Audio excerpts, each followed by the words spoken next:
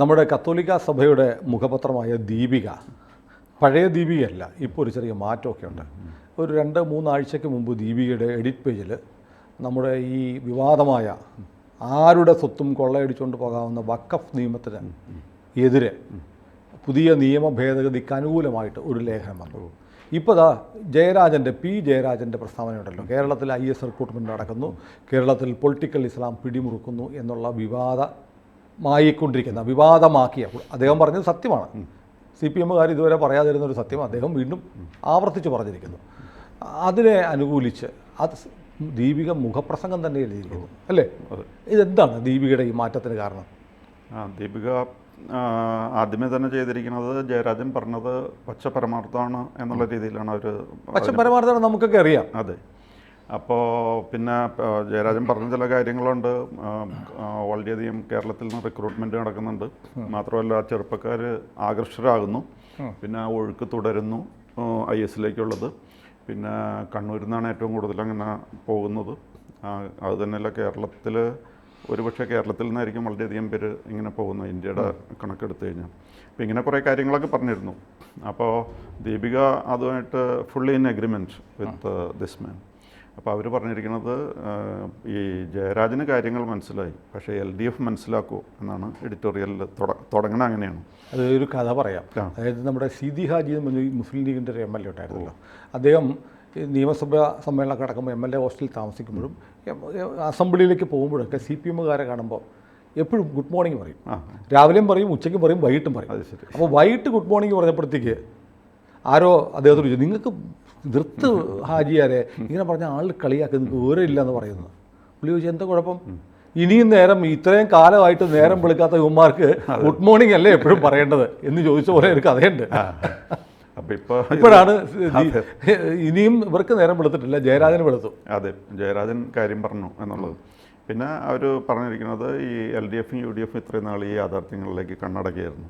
ഇവിടെ നടക്കുന്ന കാര്യങ്ങൾ ആരെന്ത് പറഞ്ഞു കഴിഞ്ഞാലും അവർ അതൊന്നും കണ്ടമട്ട് സമ്മതിക്കത്തില്ല. അങ്ങനെ ഇല്ല എന്ന് പറയും. അങ്ങനെ ഇല്ല പറയുന്നവനെ എൻ്റെ തലയ്ക്ക് അതെ അസുഖമാണെന്ന് പറയും. പിന്നെ അവർ പറഞ്ഞിരിക്കുന്ന മറ്റൊരു കാര്യം, ജമാഅത്ത് ഇസ്ലാമി, PFI മുതലായവർ ഇതിന് സപ്പോർട്ട് കൊടുക്കുന്ന രീതിയിലാണ് പെരുമാറുന്നത്. പിന്നെ ഇതിനെപ്പറ്റി VS അച്യുതാനന്ദനും പിണറായി വിജയനൊക്കെ ചില അവസരങ്ങളിൽ ഇതിനെയൊക്കെ പറ്റി സൂചന നടത്തിയിട്ടുണ്ട്. വളരെ ശക്തമായി പറഞ്ഞിട്ടുണ്ട്, 2040 കേരളത്തിൽ ഇസ്ലാമിക രാജ്യം ഉണ്ടാക്കാനുള്ള നീക്കമാണെന്ന് പറഞ്ഞിട്ടുണ്ട്. അതെ, അത് എക്സാക്ട്ലി അത് തന്നെ പറഞ്ഞിരിക്കുന്നത്. അപ്പോൾ VS അച്യുതാനന്ദനും പിണറായി വിജയനും ഒക്കെ ഇത് നേരത്തെ അറിയാം എന്നുള്ള കാര്യവും വ്യക്തമാണ്. പിന്നെ ഈ ഇന്ത്യയിൽ നിന്നും കൂടുതൽ ഇപ്പോൾ പോകുന്ന കേരളത്തിൽ നിന്നാണെന്നുള്ളത് അതും ഒരുവിധ ആൾക്കാർക്കൊക്കെ അറിയാവുന്ന കേസാണ്. അങ്ങനെ ഒരു യാഥാർത്ഥ്യമുണ്ട്. പിന്നെ ലോക്നാഥ് ബെഹ്റ, അതേപോലെ സെൻകുമാർ, ഇവരൊക്കെ പല അവസരങ്ങളിലായിട്ട് ഇതിനെപ്പറ്റി സൂചന പറഞ്ഞിട്ടുണ്ട്. ഈവൻ UN പോലും ഇതിനെപ്പറ്റി റെഫറൻസ് നടത്തിയിട്ടുണ്ടെന്ന് തോന്നുന്നു. അത്രയും കാര്യങ്ങളൊക്കെ സംഭവിച്ചിട്ടുണ്ട്. പിന്നെ നിമിഷ, ബെൻസൺ, മെറിൻ, ഇങ്ങനെയൊക്കെ കുറേ പേര് അഫ്ഗാനിസ്ഥാനിലേക്ക് പോയേക്കുന്ന കാര്യമൊക്കെ നമുക്കറിയാമല്ലോ. അതും ഒരു യാഥാർത്ഥ്യമാണ്. പിന്നെ ഈ കാശ്മീർ പ്രശ്നത്തെ സംബന്ധിച്ചിടത്തോളം നമ്മുടെ ഇന്ത്യയിൽ നിന്നും ഇത്രയും നാൾ കോൺഗ്രസ് ഭരിച്ചിട്ട് ഒന്നും ചെയ്യാൻ അവരെ കൊണ്ട് പറ്റിയിട്ടില്ല. എന്തെങ്കിലും ചെയ്യാൻ പറ്റുന്നത് BJP-ക്കാണ്. അതുകൊണ്ട് ഇപ്പോൾ ഈ നയത്തെ ക്രിറ്റിസൈസ് ചെയ്യാൻ കാശ്മീർ പ്രശ്നത്തിലും ഒരു ക്രിറ്റിസിസത്തിന് വലിയ സ്കോപ്പില്ല. കാരണം എന്താണെന്ന് വെച്ച് കഴിഞ്ഞാൽ എന്തെങ്കിലും ചെയ്യാൻ കഴിയുന്നത് BJP-ക്കാണെന്ന് അവർ തെളിയിച്ചിട്ടുണ്ട്. കോൺഗ്രസിനെ കൊണ്ട് ഈ കാര്യത്തിലൊന്നും ചെയ്യാൻ കഴിയില്ല. പിന്നെ ആ എഡിറ്റോറിയലിൽ വേറൊരു കാര്യം പറഞ്ഞിരിക്കുന്നത്, ഈ ആഗോള കൂട്ടക്കൊലകളുണ്ട്. അതായത് പല ഭീകര സംഘടനകൾ, Al-Qaeda, താലിബാൻ, IS, Al-Shabaab, ബൊക്കോ ഹറാം എന്നൊക്കെ പറഞ്ഞ ഇവരൊക്കെ നടത്തുന്ന കൊലപാതകങ്ങളുടെ കൂടുതലും വിക്ടിംസ് എന്ന് പറഞ്ഞാൽ ക്രിസ്ത്യൻസാണ്. അപ്പോൾ ഈ കൂട്ടക്കൊലകളുടെ 80% വിക്ടിംസ് ആകുന്നത് ക്രിസ്ത്യൻസാണ്. പക്ഷേ ഈ സംഭവമൊന്നും കേരളത്തിലെ പത്രങ്ങൾ ടച്ച് ചെയ്യാറില്ല. അവരിത് അറിഞ്ഞ മട്ട് കാണിക്കാറില്ല. എപ്പോഴും നടക്കുന്ന ഒരു കാര്യം അതാണ്. അതേപോലെ ഹമാസ് കാരണം അവിടെ ഇപ്പോൾ യുദ്ധവും മറ്റു കാര്യങ്ങളൊക്കെ നമുക്ക് നടക്കുന്നത് അറിയാമല്ലോ. അതിൽ പാലസ്റ്റൈൻ ജനത വളരെയധികം കഷ്ടപ്പെടുന്നുണ്ട്. ആ കഷ്ടപ്പാടൊക്കെ ഇവിടെ വളരെ വ്യക്തമായിട്ട് എല്ലാ ദിവസവും ചിത്രീകരിക്കുന്നുണ്ട്. പക്ഷേ ഇതേപോലെ അസർബൈജാൻ്റെ അടുത്ത് ഒരു നഗാർനോ കറാബാക്ക് എന്ന് പറഞ്ഞൊരു സ്ഥലമുണ്ട്. അവിടെ നിന്ന് 1.25 ലക്ഷത്തോളം ക്രിസ്ത്യാനികളെ ആട്ടിപ്പായിച്ചായിരുന്നു. അവിടെ അവർക്ക് നിൽക്കാൻ പറ്റാത്ത അവസ്ഥ വന്നായിരുന്നു.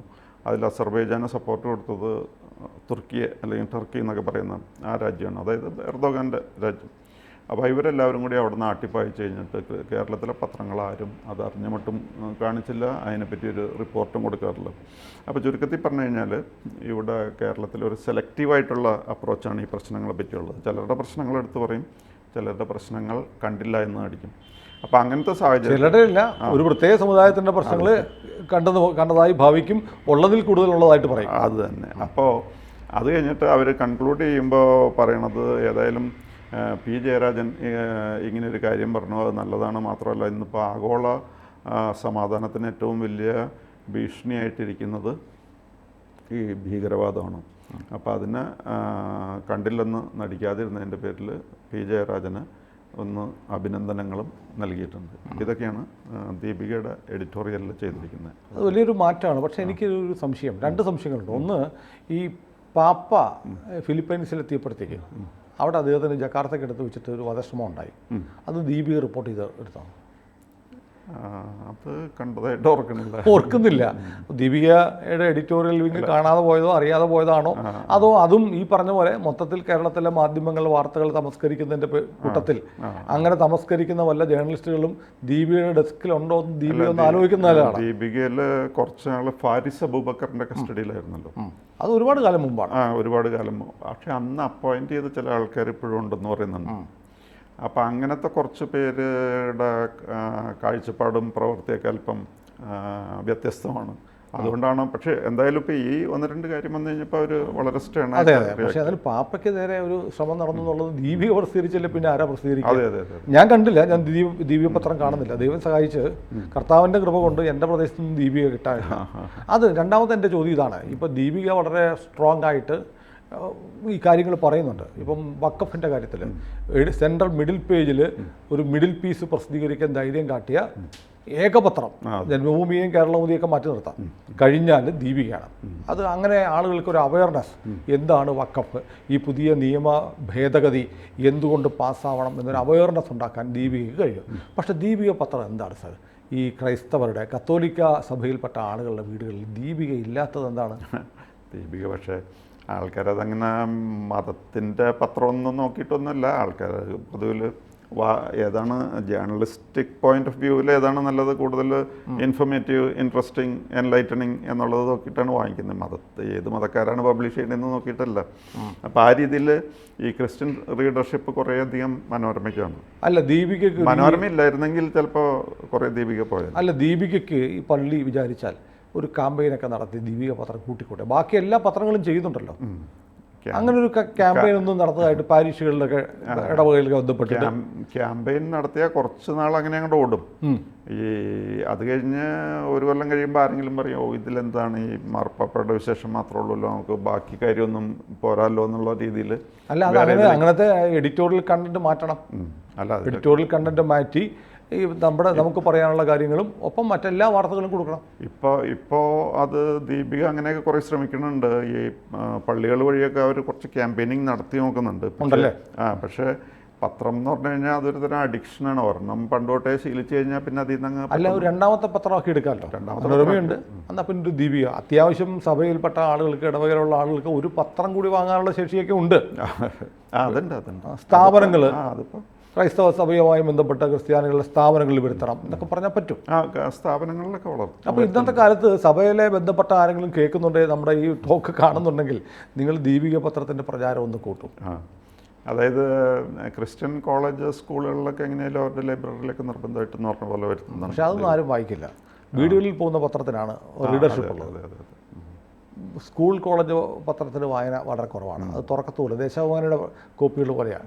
പലയിടത്തും ദേശാഭിമാനി വൈകിട്ട് ചെന്നാലും അതേപടി അനങ്ങാതെ കിടക്കുന്നതാണ്. പഴകൂല, പുതുമയുണ്ടാവും. അപ്പോൾ ദീപിക ഇപ്പം ഈ പറഞ്ഞ പോലെ ദീപിക ഈ പറയുന്ന ശബ്ദം പക്ഷേ കേരളത്തിലെ മുഴുവൻ കത്തോലിക്ക പുരോഹിതന്മാരുടെയും ബിഷപ്പുമാരുടെയും അഭിപ്രായമാണോ? ഇത് ഉണ്ട്. ഇപ്പോൾ ഈ പറഞ്ഞ എഡിറ്റോറിയലിലൊക്കെ ആർക്കും വേറെ അഭിപ്രായ വ്യത്യാസമൊന്നും ഉണ്ടാവുമെന്ന് തോന്നുന്നില്ല. അവർ പറഞ്ഞിരിക്കുന്ന കാര്യങ്ങൾ സഭയിലുള്ളവർക്ക് അത് അക്സെപ്റ്റബിൾ ആണ്. അതിൽ വേറെ അല്ലാതെ പറയുന്നു BJPക്കാണ് എന്തെങ്കിലുമൊക്കെ ചെയ്യാൻ പറ്റാൻ കഴിയുന്നത് എന്നൊക്കെ പറയുന്നുണ്ടല്ലോ. അത് സഭയുടെ അഭിപ്രായമായിട്ട് വ്യാഖ്യാനിക്കാമോ? അല്ല, അത് കുറച്ചൊക്കെ ഇപ്പോൾ ആൾക്കാരുടെ കാഴ്ചപ്പാടിൽ വ്യത്യാസം വന്നല്ലോ. പണ്ടൊക്കെ ആയിരുന്നെങ്കിൽ ഇതിനെ പറ്റിയൊക്കെ എന്തെങ്കിലും എന്ത് പറഞ്ഞാലും രണ്ട് അഭിപ്രായം ഉണ്ടാകുന്നു. ഇപ്പം അതില്ല. ഇപ്പോൾ that is well accepted by the community. ഈ പറഞ്ഞ കാര്യങ്ങളൊക്കെ സഭയിൽ ആർക്കും വലിയ തർക്കം. അപ്പോൾ സഭയിലൊരു മാറ്റം ഉണ്ടായി വരുന്നുണ്ട്. തീർച്ചയായിട്ടും മാറ്റം കേരളത്തിലെ കാര്യത്തിൽ ഉറപ്പാണ് മാറ്റം വരുന്നുണ്ട്. സാറിനത് ഒരു പ്രാക്ടീസിങ് ക്രിസ്ത്യൻ എന്ന നിലയിൽ സാറിന് ഫീൽ ചെയ്യുന്നുണ്ടോ? അത് മാറ്റം വന്നിട്ടുണ്ട്. കേരളത്തിൽ തിങ്കിങ്ങിൽ മാറ്റം വന്നിട്ടുണ്ട്. അതിൽ സംശയമൊന്നുമില്ല. അതൊരു കൺസോളിഡേഷൻ ഒക്കെ ഉണ്ടാവുമോ? കുറച്ചൊക്കെ മാറ്റം വരുന്നുണ്ടല്ലോ. ഉണ്ട്, നമുക്കറിയാം. ഈവൻ നമ്മുടെ ടോക്കുകളിൽ പോലും നല്ല ശതമാനം ക്രൈസ്തവ സഹോദരങ്ങൾ നമ്മുടെ ടോക്കുകൾ കാണുന്നുണ്ട്. ഉണ്ട് ഇഷ്ടംപോലെ ആളുകൾ. ഞാൻ ചില ക്രിസ്ത്യൻ ഗ്രൂപ്പുകളിൽ പലപ്പോഴും കാണാറുണ്ട് നമ്മുടെ ഇതെടുത്ത് ഫോർവേഡ് ചെയ്ത് വരുന്നല്ലേ, അങ്ങോട്ട് ഫോർവേഡ്. അതാ ഞാൻ പറഞ്ഞത്. മാത്രമല്ല വളരെ പോസിറ്റീവായിട്ട് നമ്മൾ വിളിക്കുകയൊക്കെ ചെയ്യുന്നതിൽ ഒരുപാട് ക്രൈസ്തവ സഭയുമായി ബന്ധപ്പെട്ട ഒരുപാട് സ്നേഹിതന്മാർ നമ്മളെ വിളിക്കുന്നുണ്ട്. അവർക്ക് ഇത് പല കാര്യങ്ങളിലും നമ്മളോട് യോജിപ്പുണ്ട്. പിന്നെ ചിലരൊക്കെ പറയുന്നു നമുക്കിത് പരസ്യമായിട്ടൊക്കെ പറയാനുള്ള ഒരു അന്തരീക്ഷം ഇനി ആയിട്ടില്ല എന്ന് പറയുന്നു. അങ്ങനെയും പറയുന്നുണ്ട്. ഏതായാലും ദീപിക പറഞ്ഞ കാര്യങ്ങൾ 100% ശരിയാണ്. ജയരാജൻ പറഞ്ഞതും ശരിയാണ്. പക്ഷേ ജയരാജൻ എന്തിനു പറഞ്ഞു എന്നതാണ് വളരെ പ്രസക്തമായത്. ഈ കാലഘട്ടത്തിൻ്റെ മാറ്റം, ബീഫ് കാലഘട്ടം മാറി പോർക്ക് കാലഘട്ടം വന്നതിൻ്റെ ഒരു വ്യത്യാസം. പാർലമെന്റ് തെരഞ്ഞെടുപ്പിൽ കിട്ടിയ അടിയുടെ ഭാഗമാണ്. ഈ പാർലമെന്റ് ഇലക്ഷൻ കഴിഞ്ഞതിന് തൊട്ട് മുമ്പ് നടന്നപ്പോൾ ശബരിമല. അപ്പോൾ ശബരിമലയുടെ കാര്യത്തിൽ മാറ്റം വന്നല്ലോ. അതേപോലെ ഈ ഇലക്ഷൻ വേറെ എന്തോ ലെസൺസ് ഒക്കെ പഠിപ്പിച്ചിട്ടുണ്ടായിരിക്കാം. ഒരു അത്യാവശ്യം ഒരു പ്രോ ഹിന്ദു അല്ലെങ്കിൽ ഇത്തിരി പ്രോ ക്രിസ്ത്യനൊക്കെ ആയി പോയില്ലെങ്കിൽ പണി കിട്ടുമെന്ന് തോന്നുന്നു. പരിഗണിക്കപ്പെടേണ്ടവർ തന്നെയാണ് ഈ കേരളത്തിലെ ക്രിസ്ത്യാനികളും ഹിന്ദുക്കളും എന്ന് ഇപ്പോൾ ഈ CPM തോന്നുന്നുണ്ട്. ചെറിയൊരു തോന്നൽ വന്നിട്ടുണ്ട്. അതായിരിക്കാം ചിലപ്പോൾ. ഇനി ഇപ്പോൾ പഞ്ചായത്ത് ഇലക്ഷൻ മറ്റതൊക്കെ വരുന്നുണ്ടല്ലോ. CPM അല്ലേ, വിശ്വസിക്കാൻ പറ്റുമോ? അല്ല, മറ്റുള്ളവരിത് ഈ രീതിയിൽ ഇറിറ്റേറ്റഡ് ആകുമെന്നൊരു പ്രശ്നമുണ്ട്. അവർ അജിറ്റേറ്റഡ് ആയാലും CPM ഇപ്പോൾ കണക്ക് കൂട്ടുന്നത് കുറച്ച് പേരുടെ വോട്ട് കിട്ടും. പിന്നെ ക്രിസ്ത്യാനി വോട്ടും ഹിന്ദു വോട്ടും കൂടെ കിട്ടിയാൽ ഞങ്ങൾക്ക് 3-ാം ടൈമും കിട്ടും. അതെ അതാണ് ഉദ്ദേശിക്കും എനിക്ക് തോന്നുന്നു. പക്ഷേ ഈ കേരളത്തിൽ പക്ഷേ ഈ ഹിന്ദു ക്രിസ്ത്യൻ കൺസോളിഡേഷൻ ഏറ്റവും കൂടുതൽ ശക്തമായി വരാൻ പോകുന്നത് ലീഗ് എങ്ങാനും LDF വന്നാൽ വലിയ തോതിൽ വലിയ മാറ്റം ഉണ്ടാവും. കേരള കോൺഗ്രസ്സിന് ഒരുപക്ഷെ LDF തുടരാൻ കഴിയാത്ത സ്ഥിതി ഉണ്ടാവും. അങ്ങനെ സംഭവിക്കാവോ? അത് ഇപ്പോൾ കേരള കോൺഗ്രസ് ഒട്ടും കംഫർട്ടബിൾ അല്ലെന്നാണ് ഞാൻ മനസ്സിലാക്കുന്നത് LDF. പിന്നെ അവരിങ്ങനെ പെട്ടെന്ന് ഒരു എല്ലാം വിട്ടിട്ട് ഓടിപ്പോയതുകൊണ്ട് ഇങ്ങനെ തിരിച്ചു വിളിക്കുന്നില്ല എന്നുള്ളൂ. പക്ഷേ ഇവർ കേരള കോൺഗ്രസ് ഇങ്ങോട്ട് വന്നു കഴിഞ്ഞാൽ UDF അവർ അക്സെപ്റ്റ് ചെയ്യാമല്ലോ. പക്ഷേ കേരള കോൺഗ്രസിന് ഏറ്റവും നല്ലത് ഇനി BJPയോട് നിൽക്കുന്നതല്ലേ? BJPയുടെ കൂടെ പക്ഷേ അതിന് ഉള്ള ചർച്ചകളൊന്നും ആയിട്ടില്ല. പറയാൻ പറ്റില്ല. That can happen. പറയാൻ പറ്റില്ല. BJPയുടെ ഒപ്പം നിന്ന ജോസ് കെ മാണിക്ക് ഒരു മന്ത്രിയാവാം, കേന്ദ്രമന്ത്രിയാവാം. ഒരു സംശയമില്ല. ഉറപ്പാണ്, തീർച്ചയായിട്ടും ഒരു ബർത്ത് കിട്ടും. അപ്പോൾ ഈ KM മാണിയുടെ സാധിക്കാതെ പോയ സ്വപ്നം പൂവണിയും മാത്രമല്ല സഭ ദീപിക അടക്കം സഭ കാണിക്കുന്ന ഒരു പച്ച സിഗ്നലുണ്ട്, ഗ്രീൻ സിഗ്നലാണ്. അപ്പോൾ അതേക്കുറിച്ച് സഭ ആലോചിക്കേണ്ടതാണ്. ടാസിറ്റ് ഒരു അണ്ടർസ്റ്റാൻഡിങ് ഉണ്ട്. ഇപ്പോൾ BJPയിലേക്ക് മാറിയാലും അതിൽ കുറ്റം പറയുമെന്ന് എനിക്ക് തോന്നണല്ലോ. അതെ ജോസ് കെ മാണിക്ക് നല്ല ബുദ്ധി തോന്നട്ടെ. അതെ, ദീപിക വരെ മാറി. അതെ. കൂടുതൽ വാർത്തകളും വിശേഷങ്ങളും നിങ്ങളിലേക്ക് എത്താൻ ABC മലയാളം സബ്സ്ക്രൈബ് ചെയ്യുക, ബെൽ ബട്ടണും അമർത്തുക.